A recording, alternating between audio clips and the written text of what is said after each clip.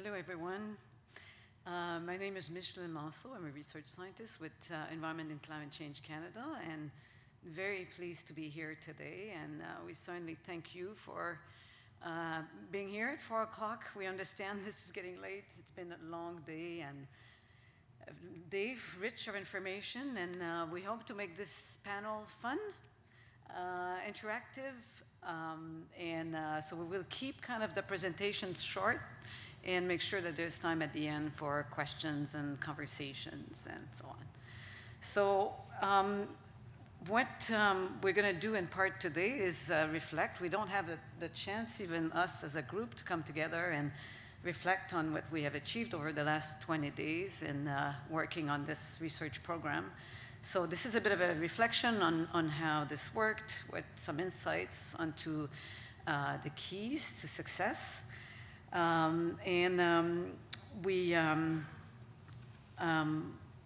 are going to focus on a very iconic species in Canada, which is caribou. So, bienvenue tout le monde à notre session cet après-midi. On va en profiter pour réfléchir un peu à ce qu'on a réussi au cours des 20 dernières années, le parcours qu'on a cheminé, les hauts et les bas, puis ce qui fait en sorte que notre programme a été un succès. Donc, c'est 20 ans là, de parcours, et puis où on travaille particulièrement sur une espèce qui est menacée au Canada, le caribou. Donc, to start, I just want to certainly kind of acknowledge the previous presentations. I think that's really kind of introducing what we have here today for you extremely well. Certainly with the emphasis of the kind of the many facets of a framework that needs to be worked in to be effective. So in order to be able to protect the species, we have to think about it at multiple levels, and this is what certainly has been needed in our research program. So our panel really works well, we think, with the main theme of the conference, which is really biodiversity in action. And we hope that throughout our discussion today that we will inform and broaden our kind of conversation and understanding of how we implement such a program on the ground. We will gain insights from our different partners, from the public and the private sector, and from the Indigenous partners and from academia. So circling back to the conference theme, how do we bring a whole society approach for urgent and transformative change? How do we scale up from genomics to landscapes while remaining guided by the people who depend most on this biodiversity? So the members of the panels are myself and the other co-principal investigator of the research program, Dr. Paul Wilson from Trent University, with a specialty in conservation genomics. Other partners from David Jones from the Government of Alberta. David is a species at risk biologist with the province. Rachel Boone from Manitoba Hydro. Rachel is an environment specialist with Manitoba Hydro for the past 15 years. Her work has focused on environmental assessment and monitoring program for the major hydroelectric projects in northern Manitoba. The next member of our panel is Leon Andrew. Leon is a Dene elder and a research lead for the Satu Renewable Resource Board, located in the Northwest Territories, so northern Canada. The management board, the Resource Renewable Management Board, was established under the Satu Dene and Métis Comprehensive Land Claim Agreement almost 20 years ago, based in the Northwest Territories. So Leon is involved on different research and land management committees, and he embraces working at the interface between Indigenous experts, knowledge holders, and scientists.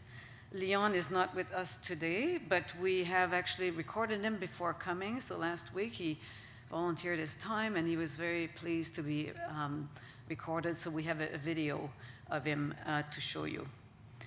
And lastly, Rebecca Taylor is a new research scientist with Environment and Climate Change Canada, located with the Science and Technology Division in Ottawa.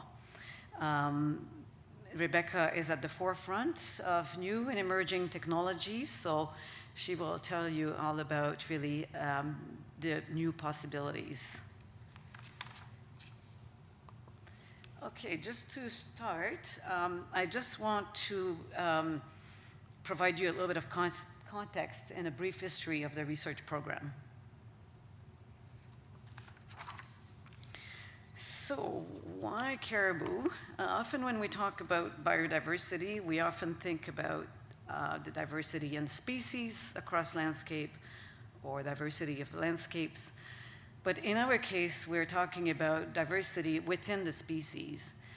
And this is a particular interesting case because we certainly believe that in a case like of a wide-ranging species, that it is essential ultimately to preserve the diversity that is found within a species for and foremost. Caribou, as we can see on this map, is found across the entire country and beyond. Caribou has a circumpolar distribution. And we can see from this map produced by the Committee on Endangered Species, Wildlife Species in Canada, that tries to capture the diversity in the ecology and in the range and the genetic diversity of the species in Canada through the identification of different conservation units that are depicted here in different colors. So the species is found from coast to coast to coast, widely distributed, and very important to the many Indigenous communities across the country. So the conservation units, as identified here by COSAWIC, are the foundation for the Species at Risk program in Canada. So very important to define the units of management. The other particularity of caribou, in this case, to be an interesting species to look at, it's for its long history. The oldest specimens for caribou are dated to be 1 million years ago from the northwest kind of portion of North America. And some of the population reconstruction that we have done to date have shown that the diversity really exploded 100,000 years ago. That's really when the different ecotypes that we see at the moment, ecotypes that inhabit the boreal forest, the Arctic, the coastal islands, emerge, and the diversity was created. At the time, it was estimated that the population had effective population size of 1 million animal, which is the highest recorded historical effective population size for any mammal species. So even though caribou has got this large effective population size, variety of landscape in which it inhabits, tremendous diversity, it's still a population of that is under kind of significant range retraction and that we see genetic erosion. So there's a lot of threat to the species across the country. And the larger community of researchers, practitioners, Indigenous knowledge holders are continuously working identifying the main threat for the species. And we can see from this map, again produced by COSAWIC, that there is a at-risk status for many of the conservation units across the country. So although when we start by looking at really how prominent the species is across the country, when we start to look at the kind of conservation units in more detail, we see that there are a lot of threats there to all of those different units. So the species conservation is therefore a contemporary challenge, and a challenge on which, many people are devoting time in Canada at the moment. So our research program started 20 years ago, and at the time we began using genomics method to provide additional support to local and regional conservation efforts. So people were really kind of had lots of questions, had methods of observations of the time, but they thought that some of these genomics methods could help them go further. So we started addressing some questions at a very local scale in central Manitoba. In that case, it was with Parks Canada, Manitoba Hydro, the province of Manitoba, and looking at where a protected area in a national park, in that case, could be established in central Manitoba and what the boundaries of that national park could be to help protect the species. And we also had the project right up at the top in the northern part of Ellesmere, where we worked with the government of Nunavut, the Inuit Hunter and Trappers Organization. And there the questions were more to ask, well, how far do Peary caribou range across the Arctic archipelago, and how important sea ice is for their movement. So we started with really kind of projects that were of very local importance to people, questions that were extremely meaningful for their conservation efforts and activities. And then from there, as we kind of developed the methodology, we were able to get very good quality DNA from the fecal samples, and we developed methods that were really accessible to people, where people in the field could do their own survey, where people in the lab were also very well trained. The research program grew, and more people contacted us to be part of the effort, with, again, at the kind of onset, more local research questions. And then, but it grew, and it expanded further into Manitoba and in Saskatchewan and Alberta.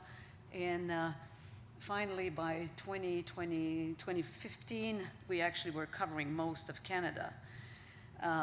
So quite a feat in terms of the expense of which we are kind of sampling at the moment. And we, I'm just going to change slide here. We just kind of are going to emphasize here that this entire scheme really kind of occurred in part as well because of certainly local interest, but also the support of varied funding agency organizations that have been really critical to the development of the research in parallel to our really emphasis on really kind of working with people at answering questions of importance. So the funding was acquired to multiple sources, including the Genome Canada centers, to continue improved methods to make all this more cost effective, and to have kind of better and better approach all the time for the selection of genetic markers, sampling design, statistical methods, standardization of bioinformatics pipeline, downstream analysis, et cetera, and open management, as we talked about earlier today. So how do we do data management to ensure that over time the database and the data remains seamless, both spatially and temporally? So as a result of this, we were able to really scale up, or to start answering kind of questions at different scale, and certainly at national scale. Here, this slide really shows kind of the expense of the kind of the boreal caribou ecotype, where we are able now to really address really some of the key questions on genetic diversity and genetic inbreeding, looking at the essential variables, and looking at really through these excellent data sets that we are able to produce, this diversity kind of vary across the entire country. Again, showing kind of what I mentioned before, genetic retraction and genetic erosion, more along the southern edge of the boundary, but we're able to have this conversation at the right scale. So measuring things that refer to the distribution, the extent of the distribution of the species. We're also able to answer other questions that are important to this framework, such as genetic diversity and inbreeding. And again, different genetic differentiation. And again, looking at within some of these conservation units, trying to find kind of the right scale at which to structure our conservation efforts, and defining kind of the adequate population units or the population genetic structure, again, across the entire range. The final one that I really want to highlight here is one that is the most critical to all our partners. Our partners are most interested in knowing about population size, population densities, population trends. These are really the ultimate parameters that are routinely needed by our partners. And again, through these genetic sample collection, through fecal material, and often we do 2 sample collection in the winter, we are able to generate all of these population parameters with very high precision. And then when we repeat these surveys over time, we are able to really depict, again with high precision, the trends that are being observed, and then start to really identify the cause for these increases or decreases in population size. So we believe to have been able here to really develop a framework where we are able to scale up and down quite effectively.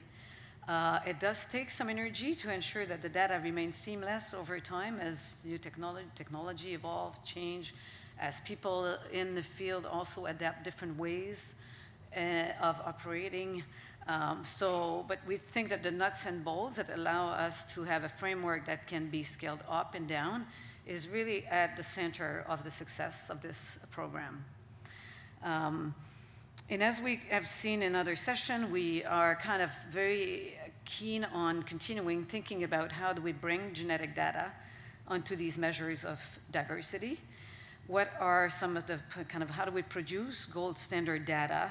How do we facilitate the adoption of genetic measures and conservation? So we really believe that kind of bringing genetic measures into this framework is really in the early days. But we think that by what we have done so far, I think we have a lot of lessons learned, and we hope to be sharing those with you further today. So I will stop here, and I will welcome Paul to continue and reflect on the history of the research program, and maybe this time with a more academic perspective.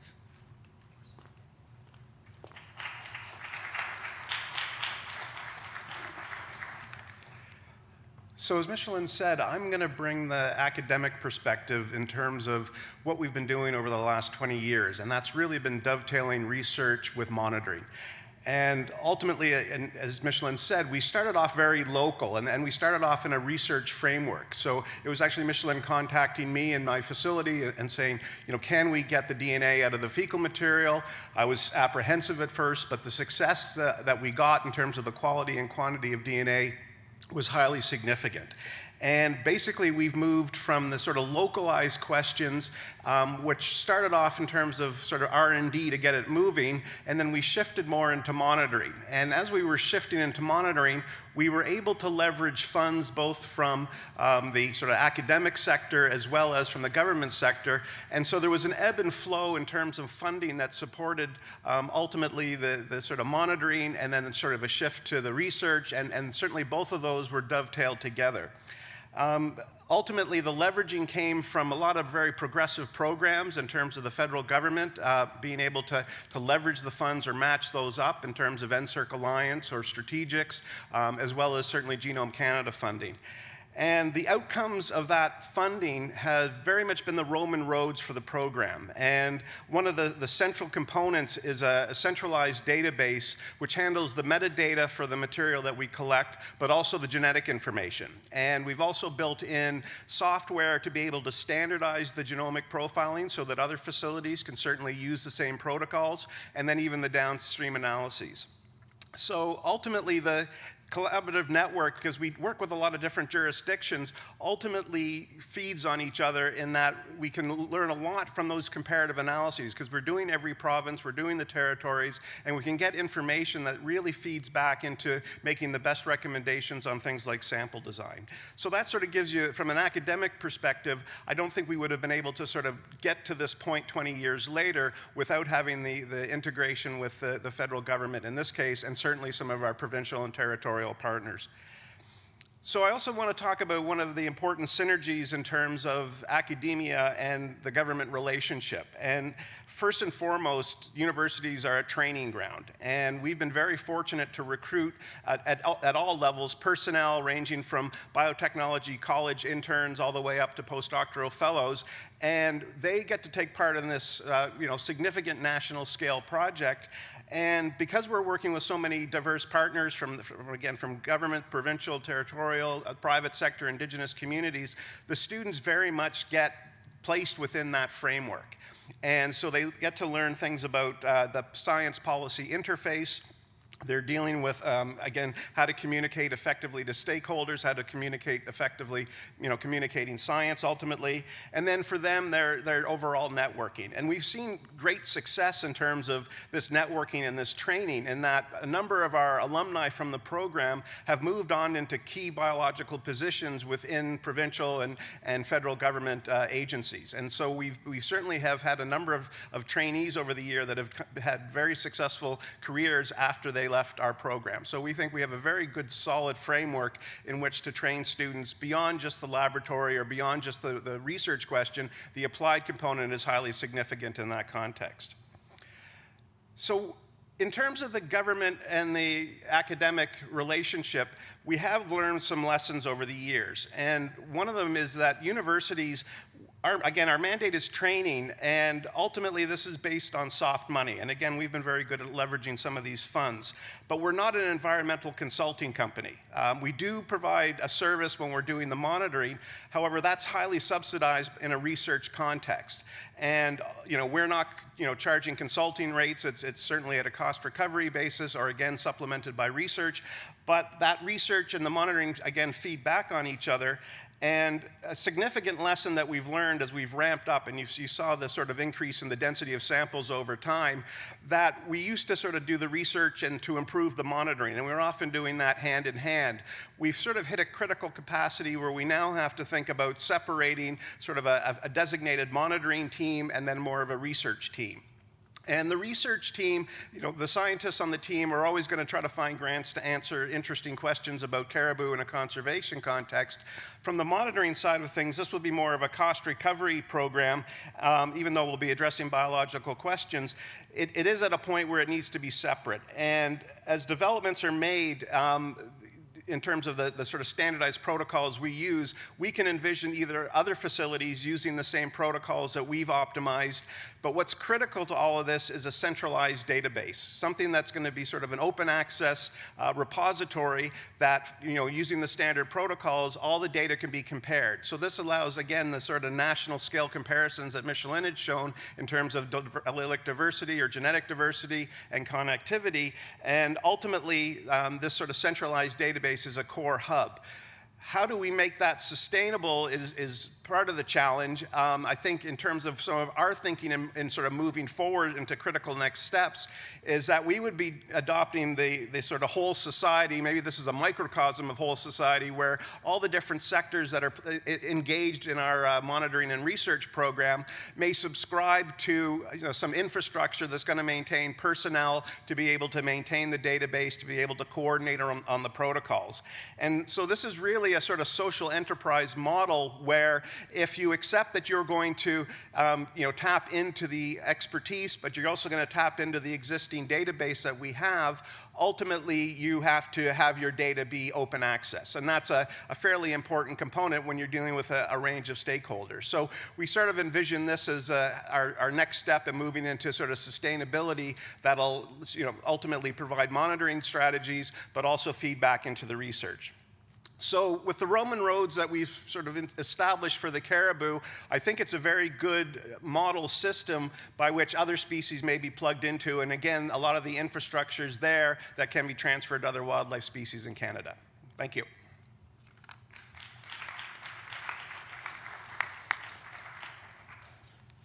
Okay.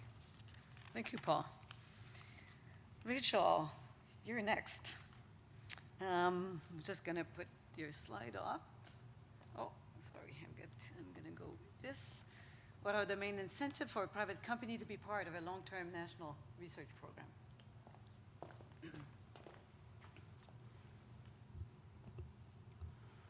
Okay, thanks, Michelin. I think our slide has shifted. Oh.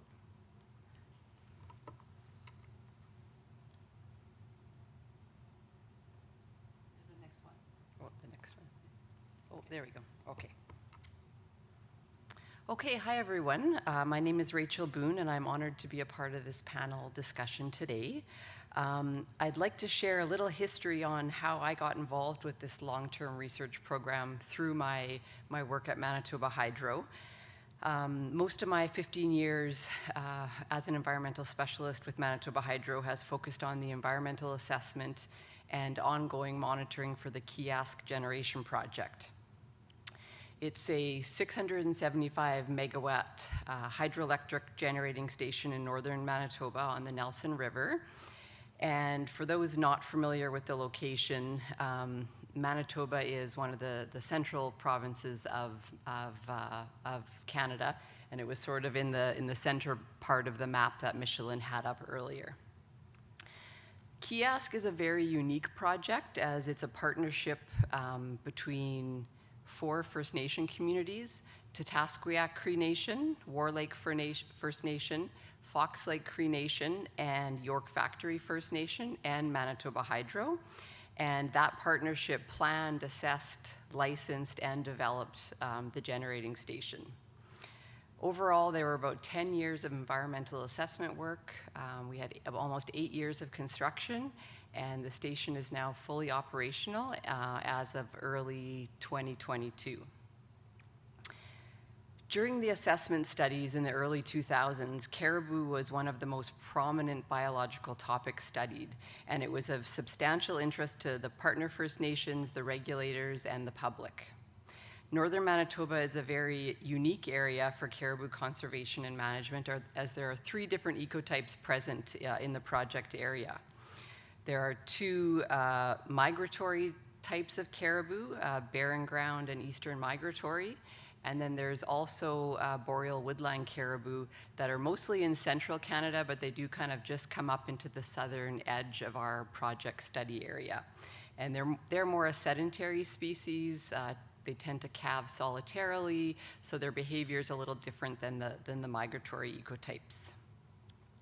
So even though the closest boreal woodland caribou range was about 200 kilometers south of our actual project site, during the early years of the study, there were quite a few caribou that were being observed calving solitarily on islands in lakes and also in peatland complexes that seemed to be very similar to the boreal type. And where they are calving in the summertime at a time when the other migratory herds are usually out of the study area and have moved quite a distance back to their own calving grounds.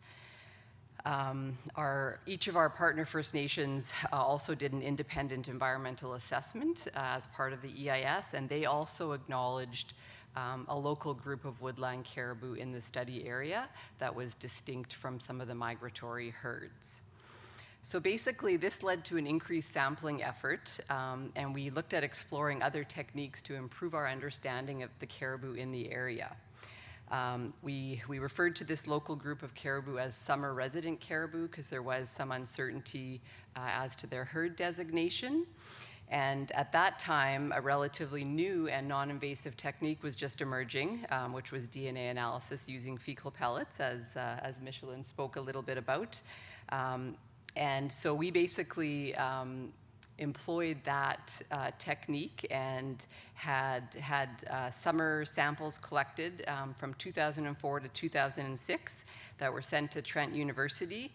And they were also compared with some of the other winter collections that we had done in the region.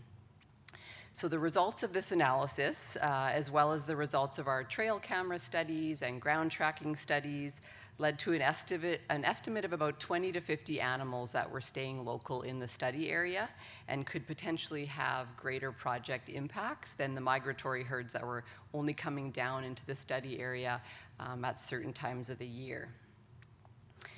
As a partnership, we did look at a few different sampling techniques, one being summer GPS collaring, as a way to learn more about the distribution of this local group of caribou, where they were moving in the winter. But some of our partner community members believed that it was disrespectful to collar caribou, especially in those sensitive summer months. Also, there was a separate winter collaring study that was just being undertaken by the provincial government at the same time. And so we didn't want to duplicate efforts through that collaring program as well. Ultimately, through a lot of years of field studies and sharing information as a partnership, the genetic analysis showed a mixture of both the boreal and the eastern migratory caribou that were staying local in the area. And the winter collaring program that the province did actually showed some very interesting results. It would show that the same animal would stay local and calve in the Kiosk area one summer, and then the next year it would actually join back up with the migratory herd and go all the way back up to the coast to calve en masse with the rest of the larger migratory herd. So even a single animal was doing different things from year to year, which made it even more complex. So because it wasn't really a discrete group of caribou that we were dealing with, for our assessment, we used a conservative habitat-based approach to make sure that regardless of the type of caribou that were in the project area, that we were assessing the potential effects on these animals. But I do want to point out that the genetic work that we did led to a much greater understanding of the complexity of the different types of caribou in the region, how much mixing was happening of the different herds that kind of all converge in that area of northern Manitoba. And it also highlighted the need for further research too, to better understand the populations and what was going on in that area. And the results of the genetic analysis has also really helped shape the way we continue to monitor caribou in the area for the long term throughout operation of our station. I also want to highlight that the partnership has a caribou committee that meets a few times a year, and it has members from the 4 partner First Nations and Manitoba Hydro, and we also have guest speakers that come from the province and from other groups doing caribou research and monitoring in the area. Although this committee focuses mostly on Kia-specific monitoring, there's always continued discussion and concern about broader caribou conservation and sustainability in the north. And being part of this national research program continues to provide really relevant, important information that can be used directly in our ongoing caribou stewardship discussions. And then next, I'm just going to jump over to a different project that Manitoba Hydro has developed, and just highlights the role that genetic analysis is continuing to play in that monitoring. So this project is the Bipolar 3 transmission project, which is basically the newest of a series of lines that brings power down from northern Manitoba down to the southern parts of the province. And there's basically, during the planning, the construction, and now the operation of that project, capture, mark, recapture sampling using non-invasive genetic survey techniques has been used to monitor boreal woodland caribou populations more in the central part of the province.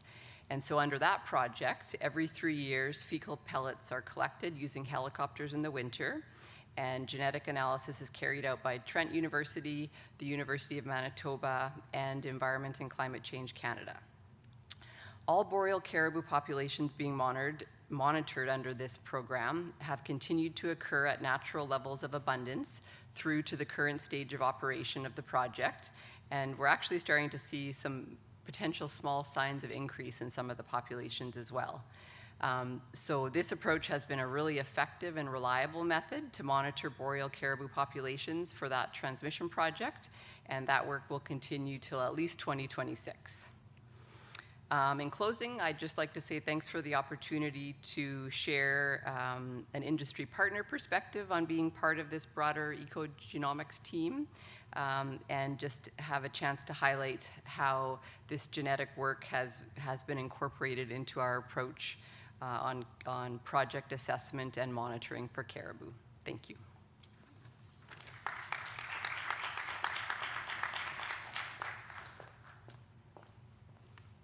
Just go back to David for a second here. So David, at the last minute, could not travel, but he just sent us an email with his statement that he would very much like for us to read at least a part of. And Paul, would you like to read part of his statement? Absolutely. Thank you.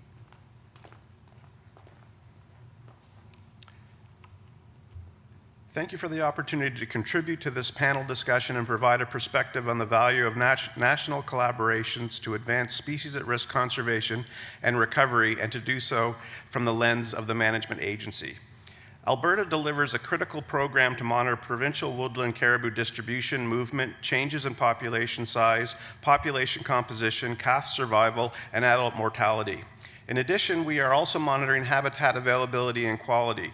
A fundamental component of Alberta's enhanced caribou monitoring program is continuing the development and delivery of procedures and techniques to facilitate estimates of caribou population size and structure. For example, traditional aerial survey approaches for caribou had limitations, and improved estimates through the incorporation of genetics has enabled Alberta to estimate the number of adult females in a population and the contribution of those individuals to the breeding population. This in turn provides Alberta with a unique data set that better informs our ability to deliver effective conservation measures in the right time and place. We also see benefits to being able to assess genetic diversity and relationships of the province's 15 woodland caribou populations and of woodland caribou across the rest of Canada. Information obtained through this collaborative research effort informs the development and implementation of well-considered and practical plans for caribou conservation and recovery in Alberta. In turn, these help fulfill commitments within provincial government policy and federal recovery strategies for woodland caribou. These benefits are magnified as other provincial, territorial, and federal governments work together to align national monitoring and recovery efforts to achieve species recovery in a coordinated manner. The conservation challenges facing woodland caribou in Alberta are not ones that are easily solved, and national collaborations hold immeasurable value. This joint work has not only increased the precision of our caribou monitoring estimates, but with enhanced data, we also see improved confidence among our partners in caribou recovery, such as neighboring provincial and territorial governments, First Nations, stakeholders, and conservation organizations. Uncertainty can be the enemy of timely and effective action, and a collaborative research program has helped Alberta address knowledge gaps and test hypotheses which are directly relevant to pressing conservation and management concerns. This not only has improved our ability to utilize principles of adaptive management for caribou, but allows us to be responsive to unexpected challenges. Thank you.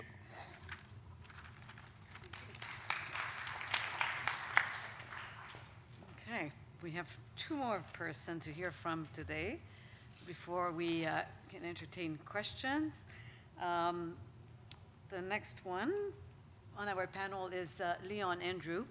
How is being part of a national research program addresses conservation priorities of importance to a local First Nation? So as I said, we have Leon's voice recorded. So I'm going to play a short video. It's about 5 minutes of that recording. Let's see if this works. My name is Leon Andrew. I live in Norman Wells. I was born and raised in Toledo. And I'm a member of Toledo Deneb Band and a member of Toledo Land Corporation. I'm known as a mountain Dene, Shutagotin. And we're proud of our culture. Our culture meaning we are the people of the mountain. And for generation, my grandfather, their ancestor, all rely on caribou. We live in the mountain with the caribou. And that was our way of life. So working with SRB and Triple ECCC, Environment Canada, Climate Change. We've been doing TK in science and doing non-invasive fecal sampling for non-invasive monitoring. And we use fecal sampling collection. That can tell us, according to the scientists, that can tell us where the different type of caribou that lives in the country or in the mountain, their movement, and et cetera, et cetera. This will help us understand that the caribou are living peaceful on the land without more disturbance. I say this in a good way. We need to have a place, a good habitat where those wildlife hang out without too much disturbance. And it's important because those are grandfather homeland, and we depend on those wildlife to survive in the near future. With this climate change going on, who knows if the river get too shallow in Mackenzie Mountain, et cetera, et cetera. So this is something very serious for us. And from the community perspective, on those fecal sampling programs, projects, we have been training community youth, known as potential guardians, that they're coming out with us, helping us with the fecal sampling to train, so they can be trained in a way that they can do their own monitoring in the future, if need be. But these are non-invasive projects that we're hoping that occurs because of what I talked about. So much disturbance out there is, aside from collaring caribou, there's a helicopter and stuff like that. It's something that the elders really worry about. Yeah. As long as we do some monitoring in Mackenzie Mountain and find out the movement of the wildlife, they're in a peaceful place by monitoring and in a way, non-invasive ways of doing that through the fecal sampling. I just want to say that because things are different today. The water's low, the land is kind of burnt, you know. So I want to stress this out to Michelin and the people that are at the conference to hear what my concerns are from Sato region here. People got to start realizing you got to help the wildlife. We can't just say nothing and watch. We have to be a part of the change, and we have to be prepared. You know, if we're going to do a protected area for our people, it will be by us, for us, and with us. When we do research for the purpose of collecting data to understand what the water is all about, what is the land all about, and what is the trees all about. This way, over years to come, we can monitor the land, our land, see how it shape up down the road, let's say 20, 30 years from now. Our people need to do their own research and monitoring. And that's the idea behind those conservation area, protected area that we're thinking of. There's a lot of work to be done, and I think slowly we work on it, and it will happen. It's something that it can't be done alone. It's got to be done collectively. And I feel strong about that. It's about our land, it's about our people. Thank you, Leon.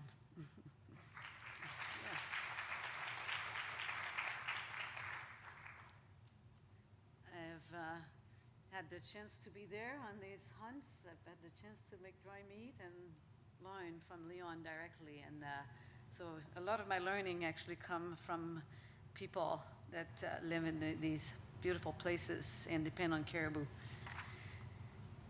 So, Rebecca, Rebecca's going to come and talk to us about tracking changes using, in biodiversity using emerging genomic technologies. Hello. It's actually kind of hard to follow that video, such an incredible video, which really showcases some of the remote and really beautiful habitat that caribou live in. And that area is one of the ones that I've focused on a bit with my work, using genomic sequencing technologies in the assessment and monitoring of caribou diversity. And genomic studies actually have the great advantage that we can add insight into species even if they live in these remote areas, even if they're elusive. We can still use that technology to reconstruct their demographic histories, to understand their population compositions, and even learn about how they're adapted to their environments.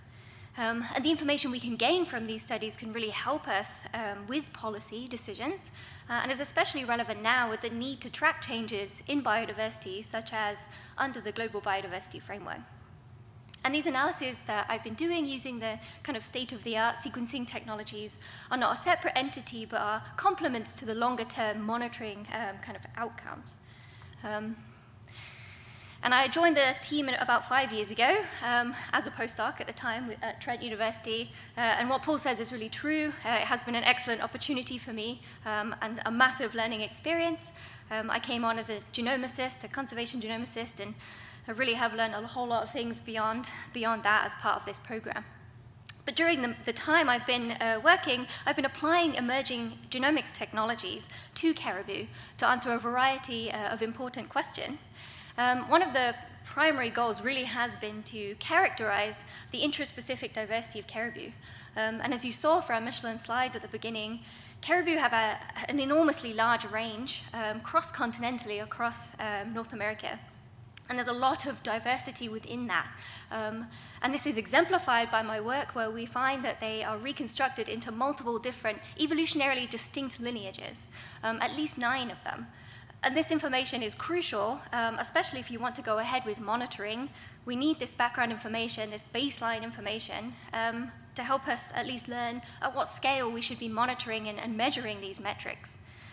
And other things we've been doing include doing changes in effective population size over time, measuring inbreeding in these genomes from caribou across Canada. And this does vary a lot in caribou across Canada.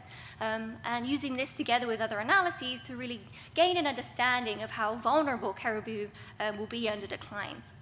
But what's really important is now we've managed to develop a protocol where we can sequence the entire genome from non-invasively collected fecal samples.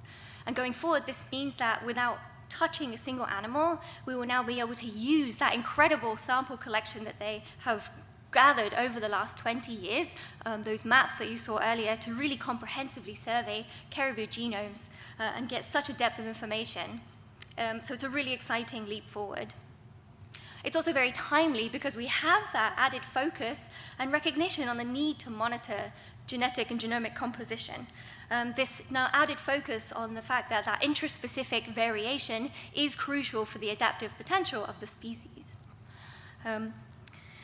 As has now been added into the Global Biodiversity Framework, which is obviously excellent. And so what I've been doing here, we've been doing this work to answer a lot of different questions, but it really does give us that baseline that we need to do monitoring. You need to understand at what scale should you be monitoring. You need to understand the baselines, the current state of things, and the recent trajectories so that we can move forward and keep tracking that and understand if things have changed, improved, or otherwise. It's also an exciting time to be doing this work because sequencing technologies just continue to improve and costs just keep decreasing. So the depth of knowledge we can gain using this kind of work is just going to continually improve. Keeping in pace with these developments in step with the longer-term monitoring program is a challenge, but it's important to allow us to be able to fill in those knowledge gaps and give us the best state of knowledge. And so moving forward in my work, we really want to scale up. Now we have the opportunity to really increase our sample size and fill in those gaps. So we can do a lot of different questions, but we can really get very accurate and precise measures of things such as those genetic essential biodiversity variables that were introduced earlier. We really do think that increasing the genomic sequencing, wherever possible in any species, can really allow highly accurate and sensitive measures of these EBVs, such as effective population size and inbreeding. And then we can use these in a way that we can try and maintain that adaptive potential, but also in a way that we can detect those changes and declines, which is obviously a key priority. And genomics is such a powerful tool that really has that benefit. It should give us that added sensitivity to be able to detect those declines as soon as possible. And I just want to kind of finish by saying that we really do need to measure these metrics, these EBVs, using good genetic and genomic data. We really need to know exactly how genetically diverse and resilient these populations are, so we can use this information to help us prioritize recovery actions.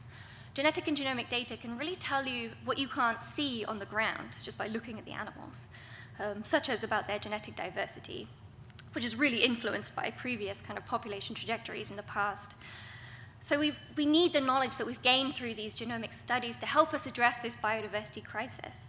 And this is especially true now that we have a lot of costly and invasive options coming forward. So captive rearing, biobanks, like captive rearing and translocations and these kinds of programs.